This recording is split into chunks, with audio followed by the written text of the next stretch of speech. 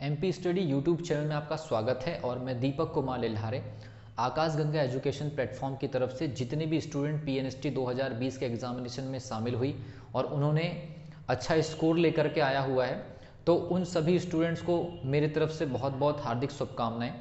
Channel में आगे बढ़ने से पहले मैं बात करना चाहूँगा कि जो पीएनएसटी 2020 का एग्जामिनेशन जो 6 से 7 फरवरी को कंडक्ट हुआ, उसमें टोटल 4 शिफ्ट हुई। ठीक है, शिफ्ट 1 आपका 6 तारीख को मॉर्निंग में और उसी दिन में आपका शिफ्ट 2 का भी पेपर कंडक्ट हुआ इवनिंग टाइम में। उसी प्रकार 7 फरवरी को भी आपका पेपर कंडक्ट हुआ मॉर्निंग शिफ्ट में और इवनिंग शिफ्ट में। ठीक है, इसके पहले मैं आपको बता दूं, एक महीने से हम लोग टेलीग्राम चैनल पर कम से कम 1000 से भी ज़्यादा लड़कियों को पूरी एक गाइडलाइंस के साथ में स्टडी मटेरियल भी प्रोवाइड कर रहे थे। तो तरह तरह की इन्फॉर्मेशंस, तरह तरह की जो प्रॉब्लम्स स्टूडेंट्स की तरफ से हमको मिल रही थी और उसी के बेसिस पर स्टूडेंट्स को हम लोग गाइडलाइंस करते रहे और गाइडलाइंस के बेसिस पर स्टूडेंट्स लोगों ने कुछ बहुत अच्छा स्कोर भी निकाला हुआ है और कुछ स्टूडेंट्स के स्कोर कम रह गए। क्यों कम रह गए उसकी भी वजह सामने पता चल गई होगी। ठीक है, सबसे पहली चीज़ तो टाइमिंग कम मिला था स्टूडेंट्स को प्रिपरेशन के लिए, लेकिन कुछ स्टूडेंट ने बहुत अच्छी मेहनत करके स्कोर अच्छा निकाला है। ठीक है, तो अब एग्जामिनेशन कंडक्ट हो चुकी है, एग्जामिनेशन की सारी शिफ्ट कंप्लीट हो चुकी है, तो स्टूडेंट के जहन में ये होगा कि सर इसका कट ऑफ कितना जा सकता है, क्योंकि सभी के मन में एग्जामिनेशन देने के बाद अपने सिलेक्शन को लेकर के हमेशा एक एग्रेसिव होता है माइंड में कि कितना स्कोर हो सकता है मैक्सिमम सिलेक्शन के लिए। ठीक है, लेकिन कुछ चीज़ें मैं आपको बताना चाहूँगा। चारों शिफ्ट में जब एग्जामिनेशन कंडक्ट हो रहे थे तो मैं कम से कम 800 से 900 स्टूडेंट से व्हाट्सएप के माध्यम से या टेलीग्राम के माध्यम से इंटरेक्ट हम लोग हुए और इंटरेक्शन के बाद कई इन्फॉर्मेशन मुझे मिली। सबसे पहली चीज़ मैं आपको बता दूँ, पेपर कैसा बना। सबसे पहला क्वेश्चन मार्क ये कि भाई कौन से शिफ्ट में पेपर टफ बना, कौन से शिफ्ट में पेपर सरल बना। ठीक है, तो मेरा ऐसा मानना है सभी शिफ्ट के पेपर जो क्वेश्चन के लेवल थे वो लगभग एक जैसे थे। कुछ स्टूडेंट का कहना है कि नहीं सर हमारे शिफ्ट का पेपर बहुत टफ था।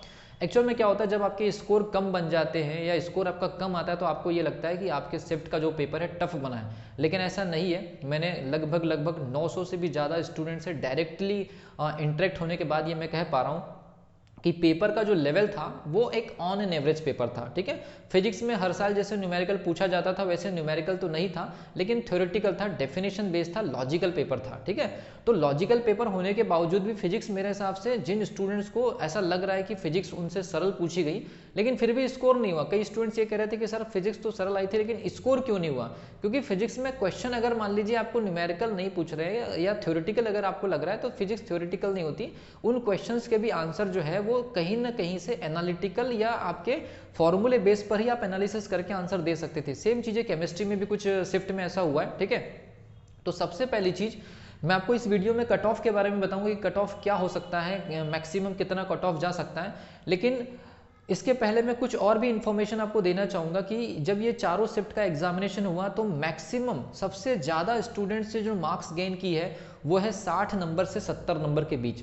60 नंबर से 70 नंबर के बीच में स्टूडेंट ने मैक्सिमम से मैक्सिमम मार्क्स जो है स्टूडेंट्स के जो आए हैं वो 60 नंबर से 70 नंबर के बीच में है। मेरे कहने का मतलब ये है कि जितनी भी स्टूडेंट्स एमपी गवर्नमेंट के अंदर इस एग्जामिनेशन में अटेम्प्ट की हुई है उन स्टूडेंट्स में से 60 नंबर से 70 नंबर लाने वाली जो स्टूडेंट्स गर्ल्स हैं उनकी संख्या सबसे ज़्यादा है। उसके बाद 70 से 80 नंबर के बीच में भी एक बहुत बड़ी मात्रा में स्टूडेंट्स के मार्क्स हैं, लेकिन उसके एग्जैक्ट डाटा पूरी तरह से मैं भी आपको नहीं बता पाऊंगा क्योंकि मैंने 1000 से 1500 स्टूडेंट्स का सैंपल लिया है। ठीक है, और एग्जामिनेशन में जो स्टूडेंट अटेम्प्ट किए हैं उनकी संख्या उससे कहीं ज़्यादा है, तो उसके बेसिस पर फिर भी मैं कह सकता हूँ, क्योंकि मैंने स्टूडेंट से डायरेक्टली बात की है तो स्टूडेंट्स का कहना है कि उनके एग्जामिनेशन हॉल में अगर किसी स्टूडेंट्स के 86 थे तो फिर उस एग्जामिनेशन हॉल में 86 या 80 के अराउंड नंबर कहीं भी हमको सुनाई नहीं दे रहे थे। बात की होंगे स्टूडेंट से डिस्कशन होता ही है एग्जामिनेशन के बाद में, तो उस आधार पर मैं ये कह सकता हूँ अलग अलग शिफ्ट में कुछ पॉइंट मैं आपको बता दूं। अलग अलग शिफ्ट में 60 नंबर से 70 नंबर के बीच में सबसे ज़्यादा स्टूडेंट्स ने मार्क्स गेन किया। 70 नंबर से 80 नंबर के बीच में जो स्टूडेंट्स ने मार्क्स गेन किया है वो जितनी हमारे पास में सीट अवेलेबल है, मेरा ऐसा मानना है कि जितनी सीट अवेलेबल हमारे पास में पीएनएसटी की है, चाहे वो फ्री सीट हो चाहे वो पेड सीट हो, वो दोनों ही प्रकार की सीट में यहाँ पर आपकी 540 सीट है। और देख लीजिए इसको आप, 540 सीट ये हो गई और ये आपकी फ्री सीट में 390 सीट है। 390 सीट्स में कई स्टूडेंट मुझे ये कह रहे हैं कि सर इसमें कैसा कैटेगरी वाइज अलॉटमेंट है, तो मैं आपको बता दूं 390 सीट्स में ईडब्ल्यूएस को 10% अलॉटमेंट है, एससी कैटेगरी को 16%, एसटी कैटेगरी को 20% और यूआर में 40% है। और ये जो यूआर में 40% है, जब ओबीसी का उच्च न्यायालय के अकॉर्डिंग जो आरक्षण का जो मामला है अगर वो सॉल्व हो जाता है तो ये 40% में करेक्शन होगा, क्योंकि ओबीसी का यहाँ पर कुछ भी आपको नहीं दिख रहा है, तो ओबीसी और यूआर में थोड़ा सा कन्फ्लिक्शन है, वो बाद में सॉल्व होगा, ठीक है। लेकिन 390 सीट है, कैटेगरी वाइज मैंने आपको बता दिया है। देन उसके बाद जो हमारी फ्री सीट है, जो कि मेन टारगेट स्टूडेंट्स का यही था, तो यूआर में आपकी 135 प्लस 9, तो ये जो 9 सीट थी जो आशा कार्यकर्ताओं के लिए जो रिजर्व थी, जो आपको जो सेकंड पोर्शन जो मिल रहा है प्लस वाला, वो आशा कार्यकर्ताओं के लिए रिजर्व सीट है, ठीक है भी, और बाकी कैटेगरी वाइज आप देख लीजिए, ठीक है। और ये फ्री सीट और ये पैड सीट के लिए टोटल हमारे पास में जो एग्जामिनेशन कंडक्ट हुआ है वो हुआ है 4 शिफ्ट में, ठीक है। उसमें मैंने आपको बता दी मैक्सिमम स्टूडेंट 60 से 70 नंबर के बीच में मार्क्स गेन की हुई है, 70 नंबर से 80 नंबर के बीच में या 80 से ऊपर। मैं आपको बताऊं हमारे टेलीग्राम चैनल से जुड़ी हुई जितनी भी स्टूडेंट्स थी उसमें 80 से लेकर के 101 नंबर तक जो मेरे पास में मार्क्स अवेलेबल है, 80 नंबर से लेकर के 101 नंबर तक लगभग मेरे पास में जो अवेलेबल स्टूडेंट्स की जो संख्या है वो मेरे पास में लगभग 60 से 65 है।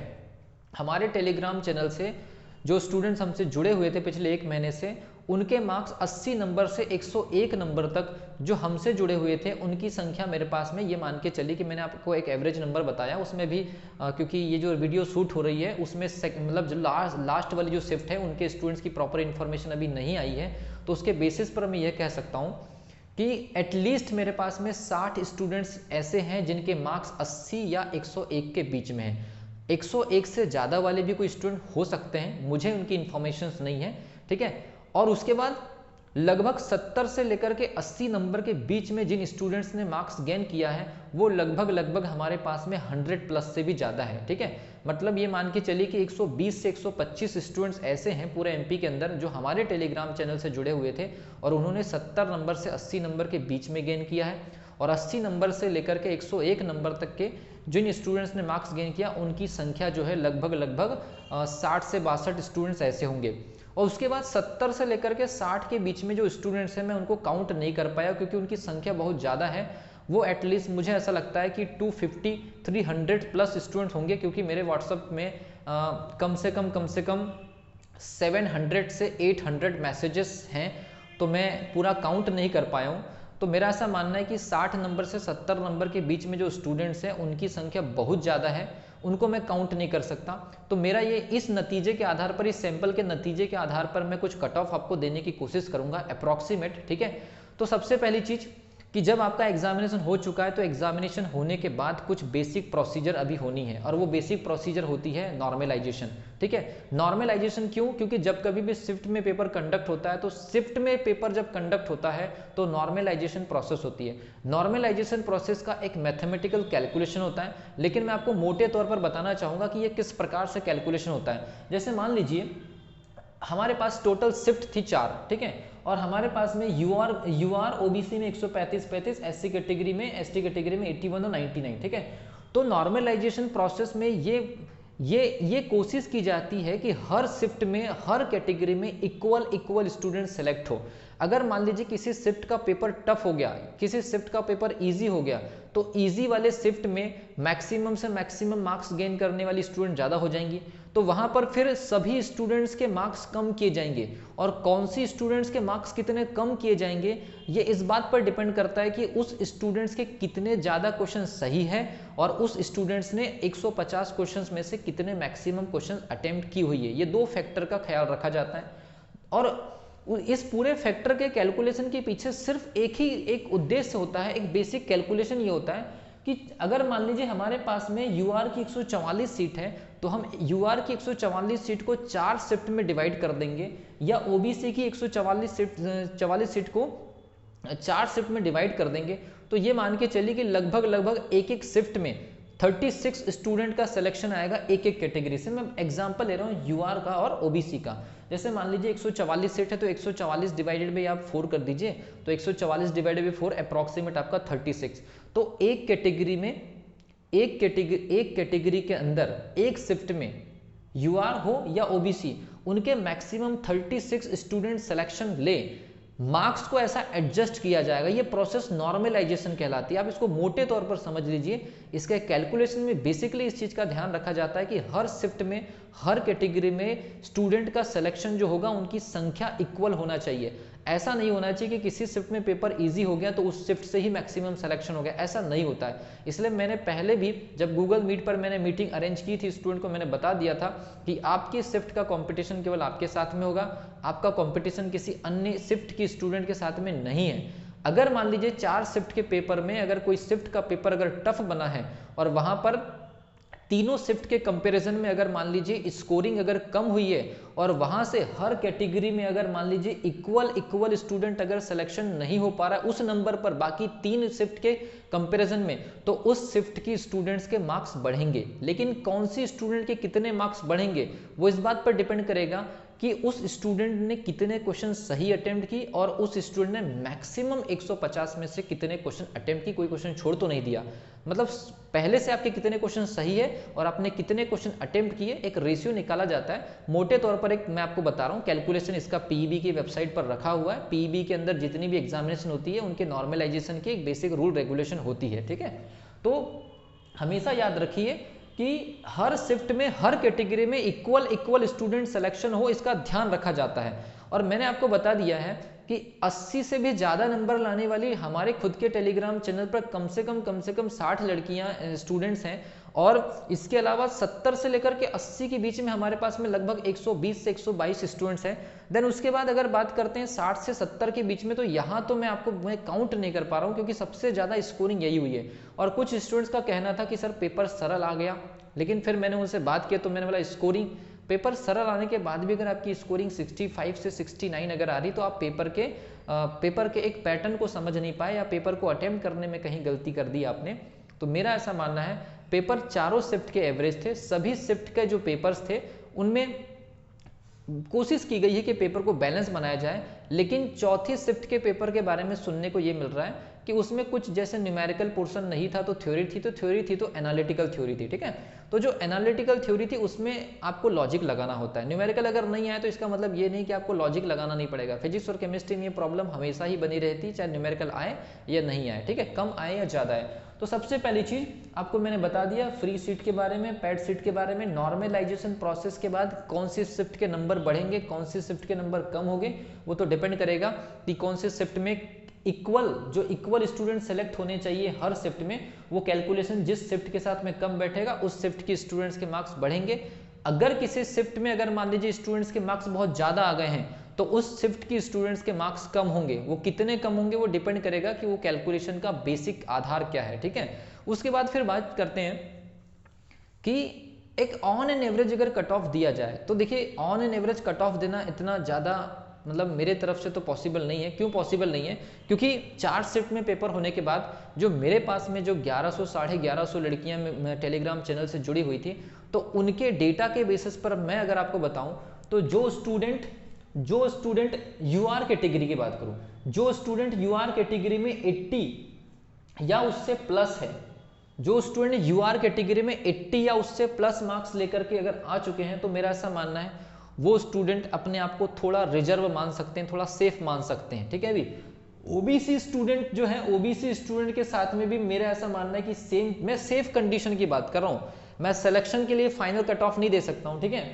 सेफ कंडीशन की बात कर रहा हूं। जो एससी कैटेगरी के जो स्टूडेंट्स हैं उनके लिए मैं ये मान के चल रहा हूं कि 70+, क्योंकि मेरे पास में एससी कैटेगरी के स्टूडेंट्स के भी बहुत सारे मार्क्स का मेरे पास में लिस्ट अवेलेबल है, तो मेरा ऐसा मानना है कि 70+ और एसटी कैटेगरी की भी जो स्टूडेंट है उनके साथ में भी सेम कंडीशन होगी। और ईडब्ल्यूएस के साथ में वो होगा जो आपका ओबीसी कैटेगरी या जनरल कैटेगरी के साथ में होगा, ठीक है।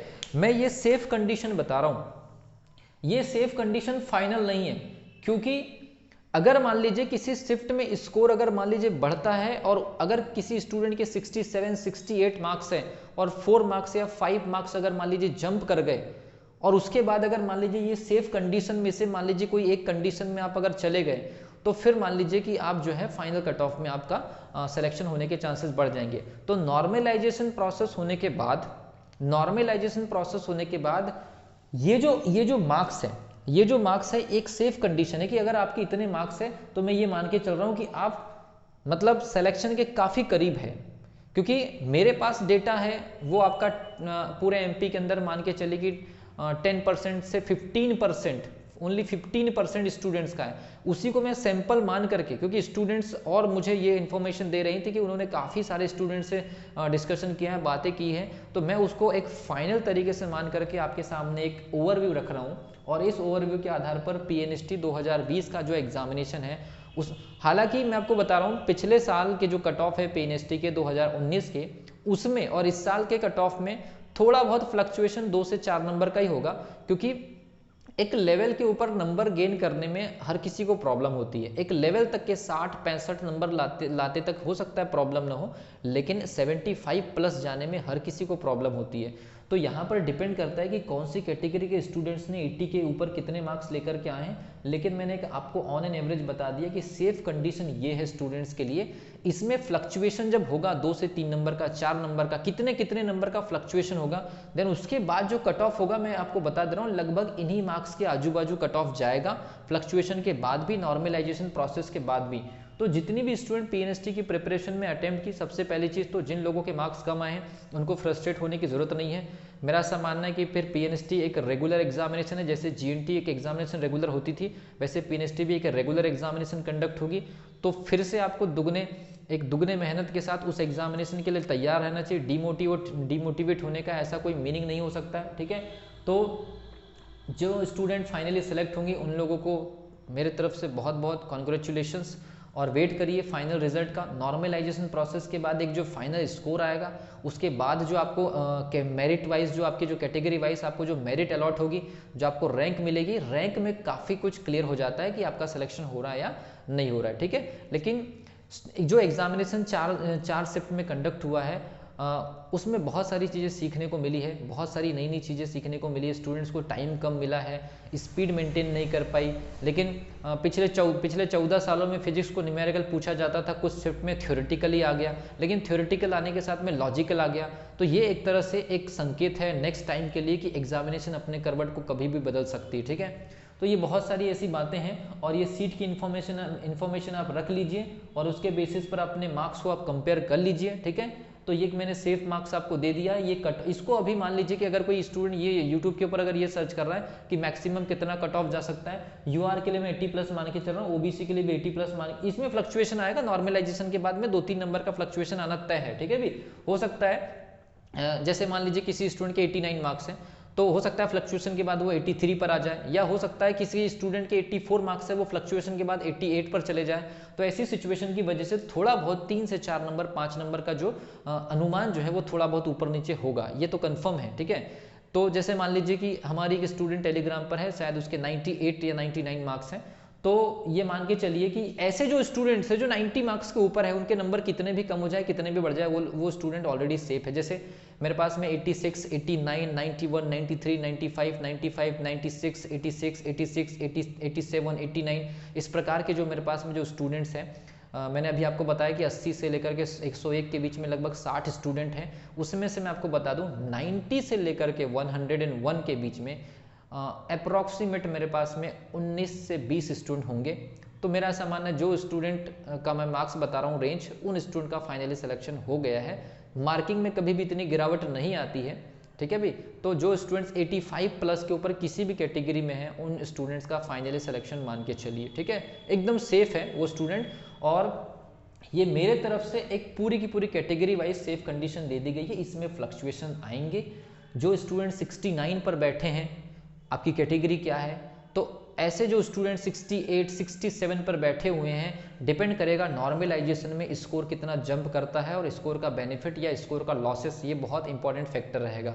तो मेरी तरफ से पीएनएसटी 2020 के लिए फाइनली जो हमने एक सीरीज चलाई थी टेलीग्राम पर जो जुड़ने के लिए जो स्टूडेंट्स 1140 स्टूडेंट जुड़े एग्जामिनेशन में, जो इन्फॉर्मेशन मैंने प्रोवाइड की उसका फ़ायदा उठाया, और आगे भी ये सीरीज़ चालू रहेगी। अगर जो स्टूडेंट्स कंटिन्यू करना चाहते हैं तो उस टेलीग्राम चैनल पर बने रहिए, मैं इन्फॉर्मेशन कंटिन्यू देते जाऊंगा। और मेरी बेसिक जो प्लानिंग है कि उस पर स्टूडेंट्स के लिए पुराने साल के जो टफ सब्जेक्ट है केमिस्ट्री और फिजिक्स के जो न्यूमेरिकल सेक्शन है, उसका एक सॉल्यूशन का एक बेहतरीन कोर्स मैं आप लोगों को दे पाऊँ, ऐसी मेरी कोशिश रहेगी। तो मैं बहुत जल्द मिलूंगा उस प्लानिंग के साथ में। पीएनएसटी की जो नेक्स्ट रिजल्ट आने के बाद जो कुछ भी हमारे पास में जो डेटा आएंगे उसके बाद भी हम लोग एक वीडियो शूट करेंगे और वीडियो में फिर हम डिस्कशन करेंगे। So wish you all the best सभी स्टूडेंट्स को। टेलीग्राम में जुड़ने के लिए, हमारे साथ में बने रहने के लिए सभी स्टूडेंट्स जो अलग अलग डिस्ट्रिक्ट से जुड़ी हुई थी पूरे एमपी के अंदर। तो नेक्स्ट टाइम में अगर जो स्टूडेंट एग्जामिनेशन की प्रिपरेशन करना चाहते हैं तो मेरी तरफ से अभी से आप लोगों को गाइडलाइंस मिलना स्टार्ट हो जाएगी। जो टफ पोर्शन है आपका फिजिक्स केमिस्ट्री, उसका एक बेहतरीन कोर्स मैं लॉन्च करने की कोशिश करूंगा। बहुत कम होगा उसका चार्ज वगैरह का, बिल्कुल आप ध्यान छोड़ दीजिए, उसका कोई इश्यू नहीं आएगा आपको। लेकिन जो चीज़ें आपको दी जाएगी उसमें एग्जामिनेशन से रिलेटेड कंप्लीट इन्फॉर्मेशन के साथ में ऐसी बहुत सारी चीज़ें मैं देने की कोशिश करूंगा जो आप अपने घर में बैठकर ही बिना बहुत ज़्यादा अमाउंट में पैसे खर्च किए भी आप लोगों को सारी इन्फॉर्मेशन, पर्सनली गाइडलाइंस, टेलीग्राम पर मटेरियल, बहुत सारी इन्फॉर्मेशन के साथ में स्टडी को हम लोग प्लान करेंगे। लेकिन थोड़ा सा वेट करेंगे इसके फाइनल रिजल्ट तक के, और इसका जो फाइनल कट ऑफ है तब तक वेट करेंगे। तब तक सभी स्टूडेंट्स को मेरी तरफ से wish you all the best.